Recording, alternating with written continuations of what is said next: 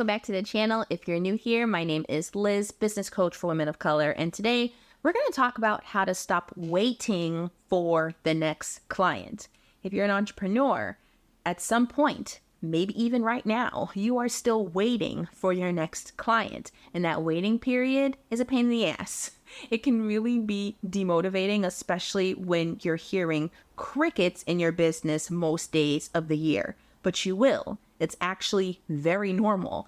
The trick is figuring out how you can do that in a way that doesn't deplete your energies and make you want to give up on your business. So in today's video, we're going to talk a bit about how you can navigate that time so that it feels less stressful, less anxious, and so that you can use this time to get the powerful insights you need to be able to create the thriving business that you want to create.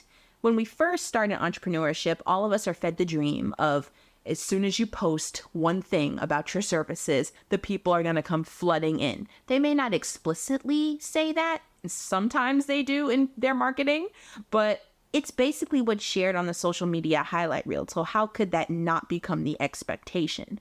So we go on about our entrepreneurship journey expecting this experience, and then we find out really quickly that that's actually not the experience. In actuality, what happens is that as you're promoting your services, you hear nothing. You get no feedback. You have no idea if what it is that you're doing is actually resonating with the people that you're trying to offer your services to. And when you hear nothing and get no feedback, that can be demotivating. And when you feel demotivated, you become inconsistent. You stop promoting your services as often because you think maybe there's other things that you should be doing with your time. Life tends to get in the way. And when you become inconsistent, then that inevitably leads to no sales because you're not showing up enough in order for your people to see you. This feedback loop is the number one root issue that most entrepreneurs are facing right now. So what needs to be done is to address the fear that's at the heart of the cycle, which is the fear that no one cares and no one actually wants to buy what it is that you want to offer. Now, what you need to do during this time is try to figure out a way to manage that waiting period in a way that doesn't cause you to spiral out unnecessarily and actually provides a way for you to fill your cup during that waiting period so that you can actually start to enjoy being present in your business again. After I had made my first 10K in my business, I realized quickly that there still is a waiting period that you have to get through to get to the next client. For some reason, I imagined that hitting my first 10K would mean that I wouldn't have to deal with that anymore, that things would suddenly change. It would be different. And no, that was not the case.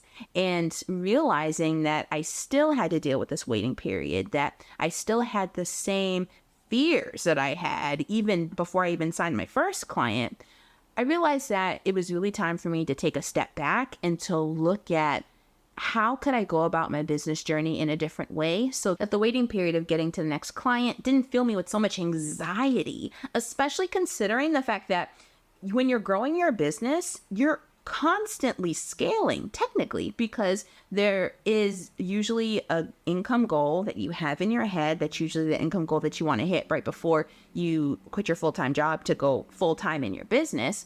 So when you're going from nothing to that goal, that income goal, which is usually around the 6-figure mark, then you're technically constantly scaling because every new income goal that you hit is going to be something you have never done before. And that's what I realized as well. It's like, okay, if I have to experience this level of anxiety at every single level, that's going to really suck. And so there has to be a way to figure out how to make this much easier for myself, because if I have to go through this level of like constant hyper awareness of what my sales are doing for the month, then that's going to be a painful journey that most likely I would not be able to do on a consistent basis. So I had to ask myself the tough questions. I had to ask myself, okay, well, if I need to find something other than money to motivate me in this journey, then that means I have to ask myself, if I don't make another dollar for the rest of this year, then like, what does that mean? What would keep me going? And I truly had to ask myself those tough questions to try and get to the root of what is my internal motivating factor that's more powerful than cash results. Yes, we go into business to make money, but the thing is that if the money becomes your most powerful motivating factor, then you're going to lose your power to it after a while. And that's not what we go into business to do. So I decided to start this sort of internal work of figuring out what it is that was motivating me other than the money. And could I find something or uncover something that was even more powerful than the money? And, saying you're going on this journey and then actually like doing this inner work are completely different things. And then what would happen is that I would get a sales call or get a client. And then that, interestingly enough, would pause this inner work because I had that dopamine hit of signing that next client. And so that would, settle me down for a while and to feel a little bit more at ease, a little more at peace about where I was in my journey. But it was a distraction. It is a distraction from the inner work that still had to get done. So when I did sign a client or get a sales call, it felt like I then had to kind of start over because once the dopamine hit wore off, it was a reminder to me of, oh, shit, I still have to do this work. So I stayed with it to find what it was that was truly motivating to me beyond the dollars. And for me personally, it was the fact that even if I don't make another dollar, I know that by reaching the people that I'm reaching, I get to help so many Black women, women of color, be able to learn these insights about building business and using your voice and owning your power. And I get to expose them to that, which is something that just the exposure to that alone changed my life. And so I get to do that with just my free content alone. And even that was enough of a motivating factor to keep going at the same pace that I was going, and to even continue to increase the pace, to increase the amount of content that I would get, because that to me felt so awesome and so important to do, money aside. So that was my internal motivating factor. And altogether, this process took me about 12 months. It took me about 12 months to really do this work, return to this work, dig deep enough, even to get the courage enough to ask myself those tough ass questions. It took me about 12 months to do that work and even just to get to that point. And as I was doing this work and doing it through thought dumping in my journal and really just taking space for myself to think about these things, I realized as well that the only time you can really do this deep and powerful work is when you are experiencing a client drought. And that's what makes them, although super uncomfortable, so important and necessary to your business journey. And for those that experience those super fast, super quick wins, they don't get a chance to do this work early and often. And you can't avoid it. It will come back around at some point. So for those of you who are experiencing a client drought right now, this is an opportune time to really start digging deep and do this work. Now, here's another thing to keep in mind. What made doing this work difficult and what made it take so long was the fact that I also had to come to terms with the fact that I, on some level, wanted to hold on to being hyper-focused about when my next client was coming in. Because that to me, on some level, still meant success. So in order to find like the unique guiding light for me that kept me going, I had to also take that into account.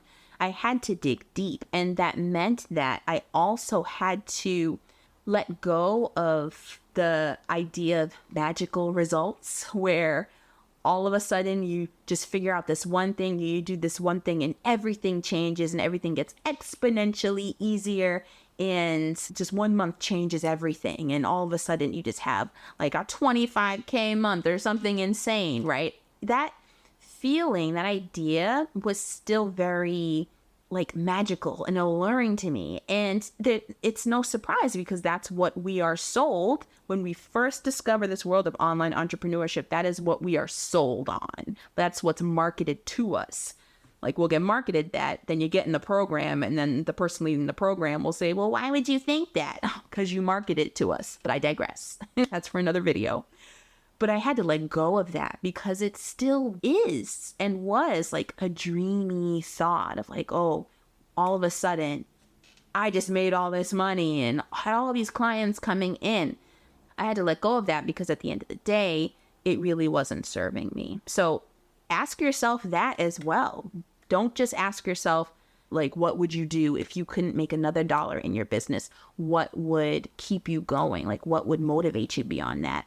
Also ask yourself, what is it about holding on to waiting for this next client and being hyper focused on it? What about that is actually serving me right now and is something that I like holding on to? Like, admit that to yourself as well. Even just voicing that gives you back more of your power because you're able to acknowledge it and address it versus just trying not to think about it. That's not helpful. So allow yourself to grieve the loss of whatever it is that will be so that you can then get deeper and get to your true, unique guiding light, the thing that will keep you going to create and to build your thriving business and celebrate the hell out of yourself along the way. This work is not easy. It is not easy at all, but it is so incredibly worth it and it is so incredibly fulfilling. And if you need support, being able to ask yourself those tough questions so that you can move forward in your business in a different way, I have spots open for one-on-one coaching. Use the link in the description box below. Book an interest call. We'll chat. We'll see if it's a good fit. Make sure that if you're not already, you're following me on the socials. I'm on Instagram most days of the week. And if email is more your jam, you can also use the link in the description box to join my email list. Make sure you check out this next video to learn some tips, simple strategies, and ways that you can deal with the anxiety and mental exhaustion of being an entrepreneur. I'll see you in that video next. Link in the description. Take care.